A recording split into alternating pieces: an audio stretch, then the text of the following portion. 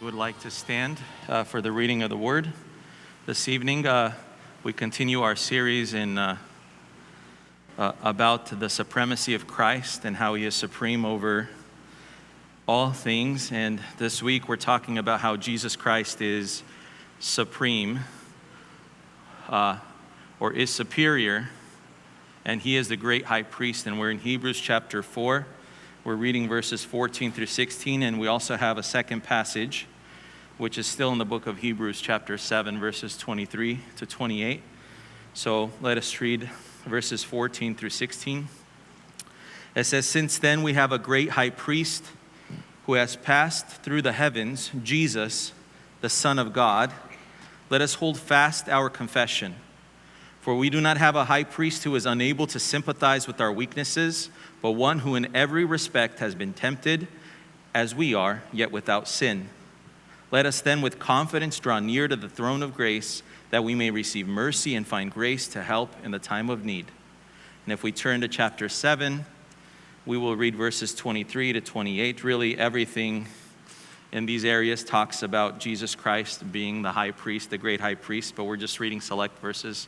So verse 23, it says, "The former priests were many in number, because they were prevented by death from continuing in office, but he holds his priesthood permanently, because he continues forever.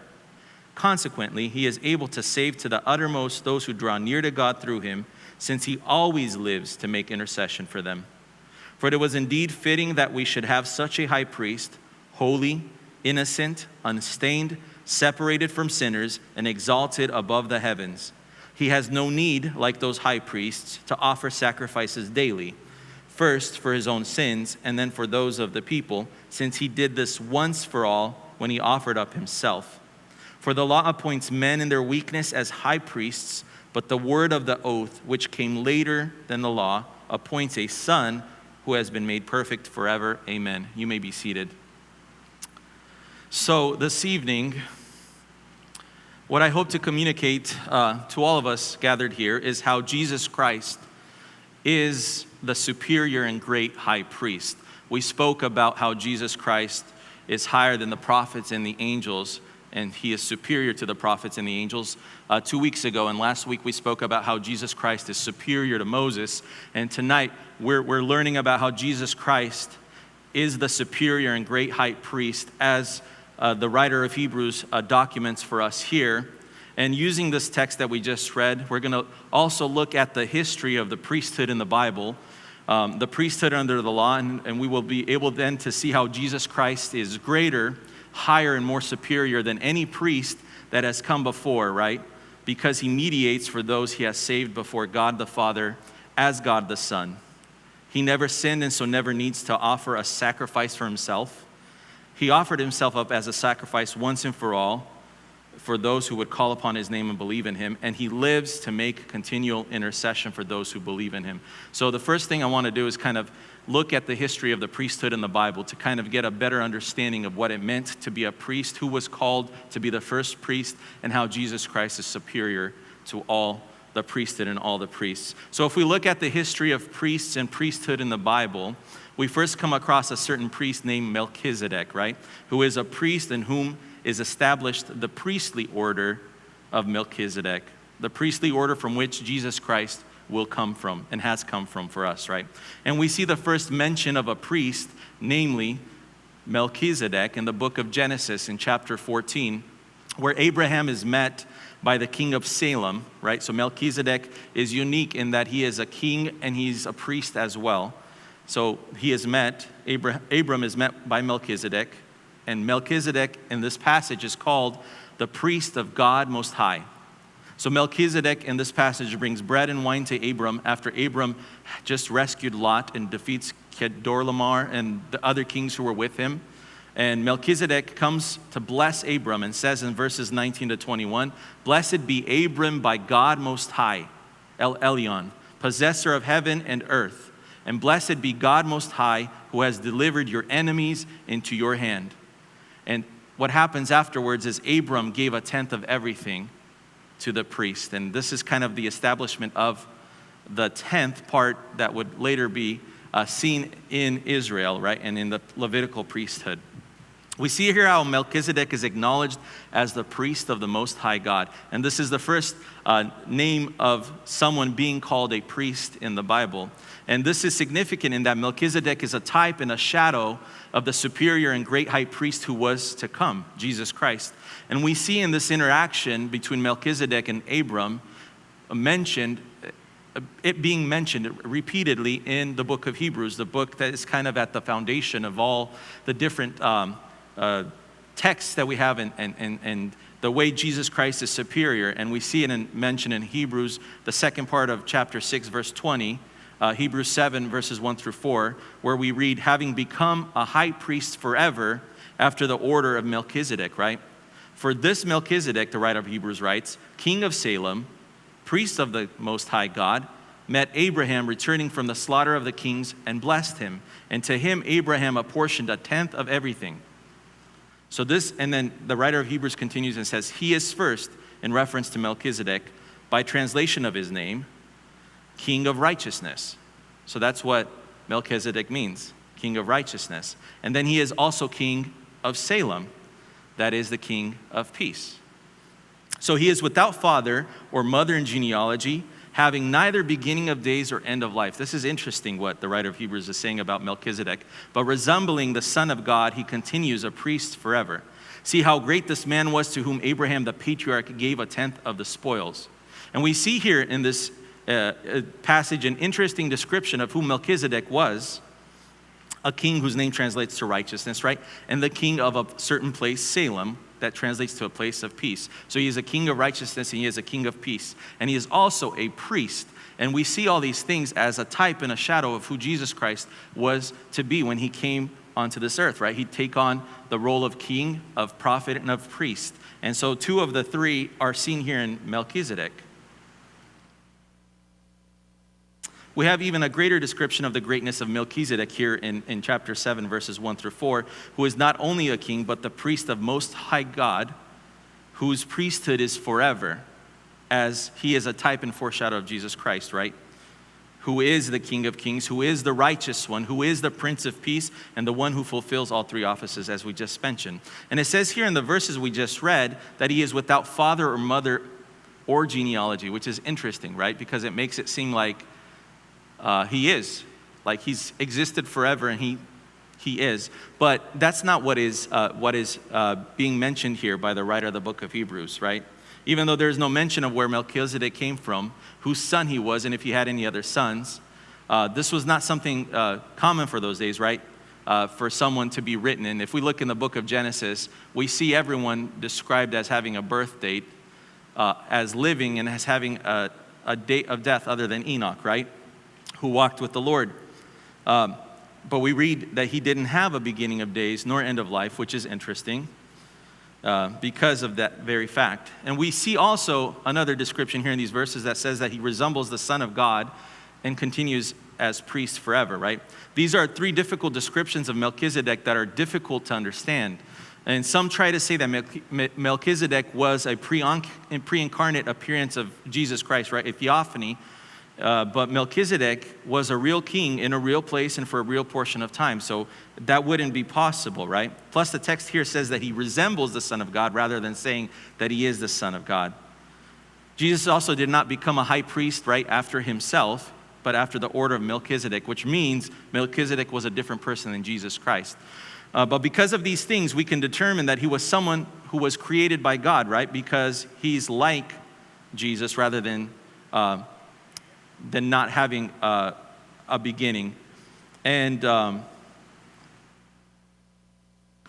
he was superior in his priesthood to Levi, right? And to the priests that followed, because Abraham paid a tenth of everything he had taken from battle to him. And even Levi, being a descendant of Abraham, who receives tithes from the people as a representative of God, right? Through the line of the priesthood that would follow. One might say, as the writer of Hebrews says in chapter 7 here, that he even paid tithes to Melchizedek, being a descendant of Abraham, right? Which indicates that Melchizedek is a greater priest than Aaron in the entire Levitical priesthood, and that the priestly order of Melchizedek, unlike the Levitical priesthood, is one that is forever.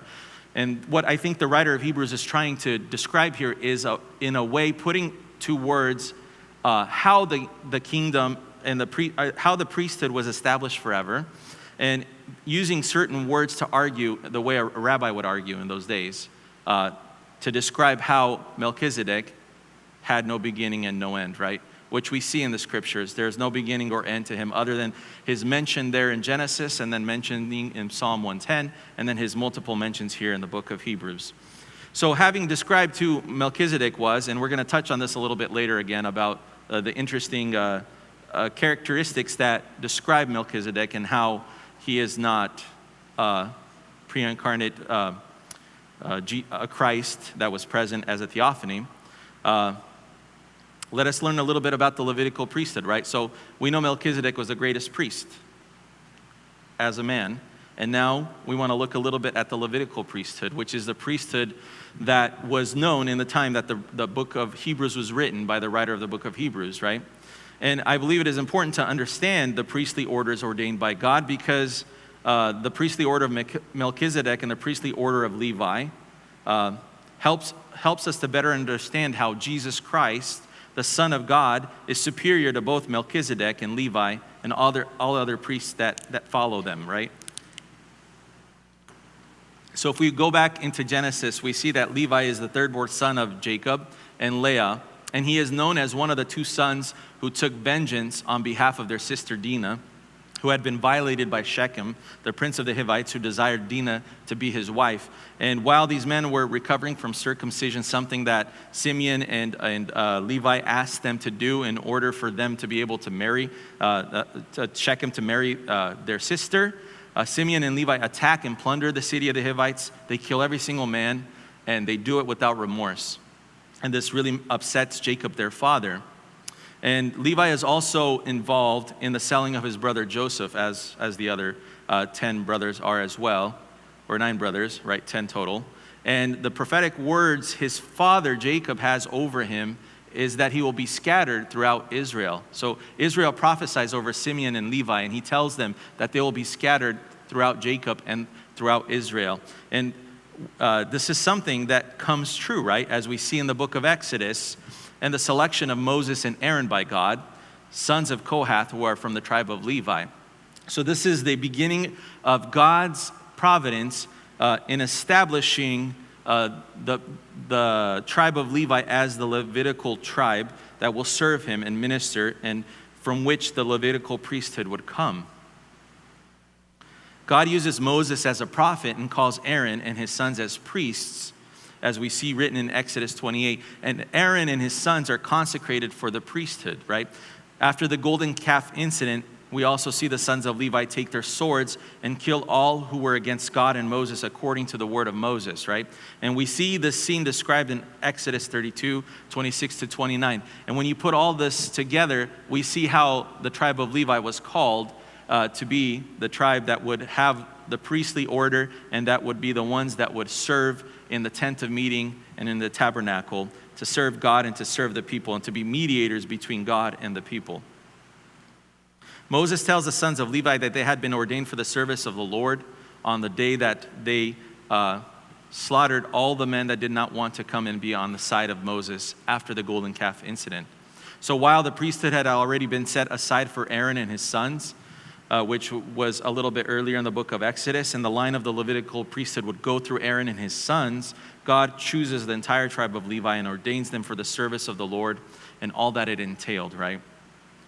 So the prophecy that Jacob spoke many years, hundreds of years earlier, 400 years earlier, 450 years earlier probably, is finally coming to fruition in his son Levi, and would further be supported by the words of Moses as well, and resulted in an inheritance better than the land. So while they don't inherit land proper, they inherit the presence of God, and they're going to be able to have God himself and serve God himself in the temple, which is a better portion and a better inheritance than the physical land.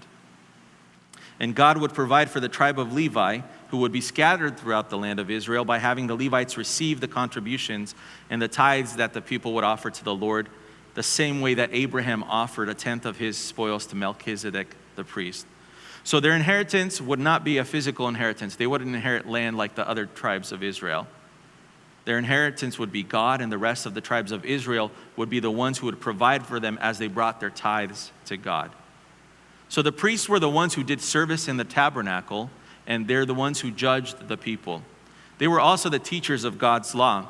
And the high priest delivered edicts that could guide the nation and was the one who was permitted once a year to enter into the Holy of Holies, which was separate from the rest of the sanctuary, and it was where the Ark of the Testimony or the covenant was housed, right? Which symbolized the presence of God in the tabernacle and among the people of Israel. And this only happened one day a year, on the Day of Atonement, where the high priest would enter to offer a sacrifice for all the people. And that sacrifice wasn't just for the people, but it was also for himself. And there could only be one high priest at a time, and it was an appointment for life. The Levitical priesthood was established by God, but it was a priesthood that was not meant to be forever and to last forever. And this is what we see written in Hebrews chapter 7, verse 23 of our text, right? It says, the former priests were many in number because they were prevented by death from continuing in office, right? These priests were meant to be temporary and were put in place by God until the right time and the right place in history where God in his sovereignty and divine providence would send one who would fulfill the words of the psalmist David from Psalm 110, verse 4, who not only prophesies in the psalm about the coming Messiah being a king, but also a priest. And he says, the Lord has sworn and will not change his mind. You are a priest forever after the order of Melchizedek, right?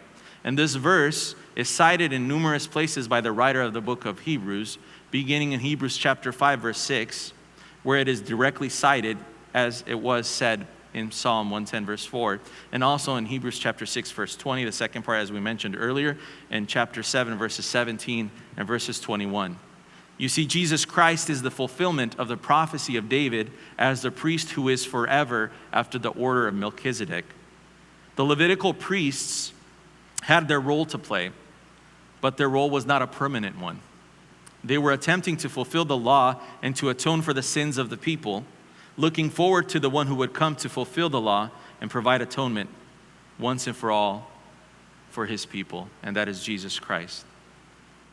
So having understood a little bit about who Melchizedek was as the first priest and kind of establishing his priestly order and who the Levites were and how they established the Levitical priesthood, what I want to do is kind of look at the priesthood under the law a little bit, so that way we can kind of compare and contrast afterwards who Jesus Christ is as high priest and how he is superior and how he is the great high priest. We see that under the Old Covenant, the Levitical priesthood appointed a high priest from the line of Aaron, as we mentioned just a bit ago, and from the tribe of Levi. And while God oversaw this appointment, this was a human appointment and one that was not permanent, as mentioned before, right? The priest was appointed for life, something that we see indirect reference of in Numbers 35:25. This passage talks about, in its context, the manslayer who can go to a city of refuge to escape the avenger of blood. But in this verse, we see the mention of how the priest was anointed for life. And it says, and the congregation shall rescue the manslayer from the hand of the avenger of blood, and the congregation shall restore him to his city of refuge to which he had fled, and he shall live in it until the death of the high priest who was anointed with holy oil. So indirectly, this verse and this passage kind of tells us that the role of the priest, the role of the high priest, was one for life. The high priest was also called to mediate for the people before God, right? He was called to mediate on their behalf by teaching them the law, by judging them, by delivering certain edicts to them, which God would speak to him and through him, and by offering a sacrifice for himself and for the people on the Day of Atonement. There were also daily sacrifices that were offered that they had to offer for themselves and for the people. And while there were daily sacrifices being offered, both for the sins of the priests themselves, the high priest himself, and for the sins of the people, and while there were millions of animals that were offered as a sacrifice by the mediators, the priests, before God to atone for the sins of the people, the Day of Atonement was the day in which the high priest would go into the Holy of Holies in the presence of the Ark of the Testimony, and that's where he would go where God was present to atone for the sins of the people. And the priest had to follow a very specific ritual and order to go into the Holy of Holies. He couldn't just walk in anyway. And this is described in great detail in Leviticus chapter 16. And I'm going to paraphrase a little bit of what was required for the great priest, the high priest on the Day of Atonement before they could enter into the Holy of Holies and offer the sacrifice to God. He could not enter without preparing himself for that moment, right? And there's a warning that starts off in Leviticus 16, verse 1, that God warns Aaron through Moses that one could not enter the holy place at any time. There was no access to the Holy Holies at any time and every time. You couldn't just walk in any time. The high priest couldn't walk in every single day. He could only walk in one day of the year. That's all that God allowed. If anyone walked in other than when God allowed it, they would die. Like the sons of Aaron who drew near to the Lord and died. They were not allowed to be in the presence of God. They drew near to the presence of God and they were struck down. And so God is telling Moses, who is telling Aaron, that he is serious and that he demands a certain preparation in order for someone to come before him and to atone for the sins of the people. And so he instructs Aaron and the high priest who would follow after him the process of preparation, right? They had to offer a bull for a sin offering and a ram for a burnt offering. And this is for the high priest himself and his family. He had to have a holy linen coat with linen undergarments on his body and a linen sash tied around his waist and a linen turban on his head. Specific instructions that Moses received on the mount when God spoke to him for 40 days and 40 nights. And then he later transcribed it and wrote it in the book of Exodus. These are the holy garments, right? And before he was to put them on, he was to bathe and cleanse himself with water. Then he was to take 2 male goats for a sin offering for the congregation and a ram for the burnt offering. The bull offering, as I mentioned earlier, was a sin offering for himself and to make atonement for himself for his house. And one of the 2 goats, the one that they cast lots over, was for the Lord and the other was for Azazel. And he was to sacrifice the one for the Lord as a sin offering for the people. And after making the sacrifice of the bull for himself and his house, he was to take a censer of coals from the fire from the altar of the Lord, and along with 2 handfuls of sweet incense, he was to bring it inside the veil, right? Beyond the veil, behind the veil, in the presence of the Holy of Holies. And he was to put the incense on the fire before the Lord so that a cloud could ensue of incense and would cover the mercy seat that is over the testimony so that the high priest would not die. Because God was not going to make his presence known unless he was in that cloud. There are then instructions about sprinkling some of the blood of the bull with their finger on the front of the mercy seat on the east side. And in front of the mercy seat, they sprinkled the blood of the bull with their finger 7 times. And they repeat this again. So the bull was for his sins, the sins of his family. And then he repeats it again with the goat, the sin offering for the people. This is how the priest would make atonement for the holy place because of the uncleanliness of the people, their sins and their transgressions. And no one was allowed to enter the tent of meeting while the high priest was doing this, right? While he was atoning for the people. He was the only one who was allowed to be there from the very beginning to the very end of this process. And there are a few more things that, for the sake of time, we won't cover, that had to be done afterwards to complete the process of the Day of Atonement by the high priest. Part of his garments, if you read in Exodus and the description of the garments, included these bells that would be rung while he walked. And that was a way for them to hear if something happened, right? If the bell stopped ringing, it could have meant that something happened to the high priest because he should have been constantly going in and offering incense and striping the blood with his finger before the mercy seat and on the ground. There's a tradition that says there was a rope that was tied either around the waist or the ankle of the high priest in case he was struck down by God and died. He could be pulled out by that rope, but there's really no scriptural evidence for that. And considering how specific God was and his instructions to Moses for the garments of the high priest, it is unlikely a rope would have failed to be mentioned if God really wanted a rope tied around. And there's no Jewish writings, the Mishnah, the Talmud, the Dead Sea Scrolls, the Apocrypha, and the Pseudepigrapha. They do not have any writings that support this tradition. It was something that Zohar who wrote the Kabbalah, one of the mystical Jewish priests, wrote about. And so therefore, it's probably unlikely that that was what happened. But in all of this, what we see is the role of the high priest and his importance, right, under the old covenant before God. He had a very important role to play to come and atone for the sins of the people. But it was something that had to be repeated over and over and over again. It wasn't something that could be done once for all, the way Jesus Christ was able to.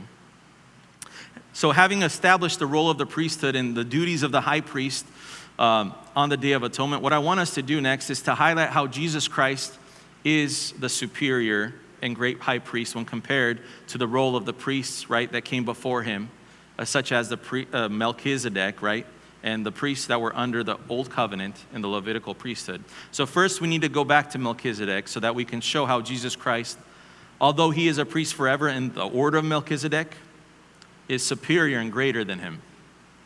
And we mentioned earlier how the writer of Hebrews describes Melchizedek as someone without father or mother, without genealogy, right? Having no beginning or no end, but resembling the Son of God. And I mentioned that I would talk about this a little bit more. This form of presenting Melchizedek is not meant to say that he is eternal and that he is the pre-incarnate Son of God, as some were led to believe. He's not some sort of angel. It is meant to point to Christ, who as the Son of God has existed eternally, and to try to describe in words who Jesus Christ would be as the high priest and the superior high priest and the great high priest that was to come. And I have a quote from John Walvoord, a theologian of the 20th century who was the president of the Dallas Theological Seminary for a number of years in the 50s and 60s. And he writes, although some have thought that Melchizedek was actually a theophany, right? That is an appearance of Christ in the form of Melchizedek to Abraham. The more probable view is that Hebrews means only that Melchizedek, unlike Aaronic priests, had no recorded genealogy. So when it says here that he had no mother or father, or he had no beginning or no end, it's just pretty much a reference saying that he just doesn't have a recorded genealogy in the scriptures, so therefore they could use this type of word and verbiage to try to describe how Jesus is greater. The predecessors and successors of Melchizedek are not mentioned in the Bible, and the validity of Melchizedek and his priesthood does not rest upon this background, right? But what's interesting here, he says, in other words, let me just read this quote a little bit back again. It says, although some have thought that Melchizedek was actually a theophany, that is an appearance of Christ in the form of Melchizedek to Abraham, the more probable view is that Hebrews means only that Melchizedek, unlike Aaronic priests, so there's a compare and contrast with the Aaronic priests, and that's why it's showing that the priestly order is greater, has no recorded genealogy. He was a priest independent of his father or his successor. So there was no one who came before him. His father was not a priest before him, and he was not a successor of anyone else.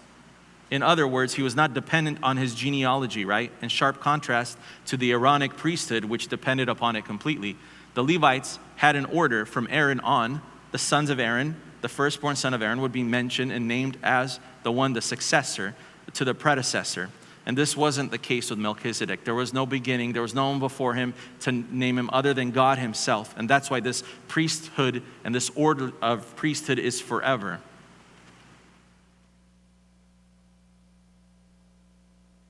In other words, while the Levitical priesthood was strictly dependent on genealogy and succession, right? The priesthood of Melchizedek did not depend on genealogy, and it did not depend on succession, because it is an eternal priesthood given to Melchizedek by God Most High, El Elyon, right? And continues forever in and through Jesus Christ, the Son of God, who is our superior and great high priest. Jesus Christ's priesthood is not dependent on genealogy or succession, right? He is from the Davidic line. His lineage is kingly, not priestly. Jesus was not a Levite. Yet in Christ, God unites the prophetic, the kingly, and the priestly, showing that the eternal Son of God in the person of Jesus Christ is superior and preeminent in all things. Another thing Jesus Christ is superior in, as compared to the priesthood of the Old Covenant, is that of mediation, right? Jesus Christ mediates on behalf of those who are appointed by God unto salvation, from both the Old and the New Covenants, as the great high priest, and he does so by the priestly order of Melchizedek, and as the Son of God. The priests prior to and under the Old Covenant all had a beginning, They all had a day on which they were born. Jesus Christ, the Son of God, is eternal, right? Although he lowered himself for a moment than the angels, as it says in Hebrews chapter 2, when we talked about Jesus and taking on and becoming God incarnate, that doesn't mean that he didn't exist before he took on human form. Jesus Christ, the Son of God, is eternal. The priests prior to Jesus all mediated as men appointed to their positions between man and God, and their mediation had to be repeated over and over again, right? They had to go and offer sacrifices over and over again for the sins of the people. There have been many priests who have had to mediate for many people and many times. But Jesus Christ is superior, and he is the great high priest in that he continually mediates for those he saves as the mediator of a better covenant, and the means that he uses is himself as a sacrifice once and for all. So that's the difference. All the priests that led up to Jesus Christ, the great high priest, had to offer many animals as sacrifices over and over and over again for the sins of the people. But what Jesus Christ does, he offers one sacrifice that is sufficient once and for all. And so he continually mediates for those he saves because of that once and for all sacrifice. All the saints of old, all the saints since the establishment of the new covenant, right? Us and all of the saints who are to come have been mediated for by Jesus Christ and his self-sacrifice. There is no other priest who could have offered a once for all sacrifice like Jesus Christ. While all of the other priests prior to Christ were human beings, created in the image of God, all were with a fallen nature. All were sinners, and all required atonement for their own sins. Jesus Christ, though, never sinned. He is perfect. He is the superior and great high priest in that because he never had to atone for his own sins, he is the one who lived a perfect and sinless life and didn't have to do that. We read of the necessity of a bull, right, being sacrificed to atone for the sins of the high priest and his household. Jesus Christ is perfect and sinless in every regard. There was no sacrifice that had to be done for his sins because he never sinned. And that is why we read earlier as a part of the verses from our text from Hebrews 4:15, it says, "For we do not have a high priest who is unable to sympathize with our weaknesses, but one who in every respect has been tempted as we are, yet without sin." He never gave in to temptation. He never sinned. He is perfect. And as the perfect and sinless Son of God, the spotless Lamb, he chose to sacrifice himself for us and to become the atonement or sin substitute for us. 2 Corinthians 5:21, we all know this verse very well, right? "For our sake he made him to be sin who knew no sin, so that in him we might become the righteousness of God." Although he never sinned, he was made a sacrifice and a curse for us and for our sin, so that in turn we might be made and declared righteous through him and through his blood. Only the Son of God could do this. There was no priest that could ever offer this sacrifice. Only the great high priest himself, Jesus Christ, could offer himself to be able to declare us righteous. Only one who is superior and preeminent in every way could become the great high priest for us so that he could impute his righteousness to us while we imputed our sin to him. The writer of Hebrews says in Hebrews 9:11 through 14, "But when Christ appeared as a high priest of the good things that have come, then through the greater and more perfect tent, not made with hands, that is, not of this creation, he entered once for all in the holy places, not by the means of the blood of goats and calves, but by the means of his own blood, thus securing eternal redemption." The redemption that Jesus Christ secured is eternal. It is forever. It is once for all. For if the blood of goats and bulls and the sprinkling of defiled persons with the ashes of a heifer sanctify for the purification of the flesh, how much more will the blood of Christ, who through the eternal Spirit offered himself without blemish to God, purify our conscience from dead works to serve the living God? You see, Jesus Christ gave more than all the other sacrifices could ever give and secured something all of the other sacrifices could not: eternal redemption through his own blood. And that is why we can draw near with confidence to the throne of grace to receive mercy and find grace to help in our time of need. It is because we have a mediator in the great high priest himself, Jesus Christ, the Son of God. He is the once for all sacrifice, and he deserves all the praise, all the glory, and all the honor forever and ever. And I just wanted to mention one last thing before I close. And it is that Jesus Christ lives to make continual intercession for us. And this is wonderful. This is beautiful. As the one who sits at the right hand of God and mediates for us, he continually intercedes for us. This is something that no high priest could ever do. They could only come every once in a while, or whenever they came to offer a sacrifice to intercede for the sins and on behalf of the sins of the people. Hebrews 7:25 says, consequently, he is able to save to the uttermost those who draw near to God through him, since he always lives. This is forever. He always lives to make intercession for them. And the NLT translates it this way: therefore, he is able once and forever to save those who come to God through him. He lives forever to intercede with God on their behalf. Jesus Christ, as the great high priest, is able to save those who come to the Father through him forever, because he eternally lives to make intercession or to intercede on their behalf before the Father, right? Jesus Christ is our advocate before God the Father. And praise be to him for his continual intercession on our behalf. We would be lost. We would be without hope if it wasn't for Christ and for his once for all sacrifice. I hope that we all learned a little bit more about Christ and how he is supreme and preeminent over all things this evening, namely how he is our superior and great high priest. He is greater than Melchizedek. He is greater than Aaron. He is greater than any high priest that has come before him, because he is the great high priest of the Most High God. Let us continue to draw near to the throne of grace, for our holy, innocent, unstained, sinless, and exalted great high priest has offered himself once for all in our place and lives eternally to make intercession for us, and he is worthy of our worship. Amen.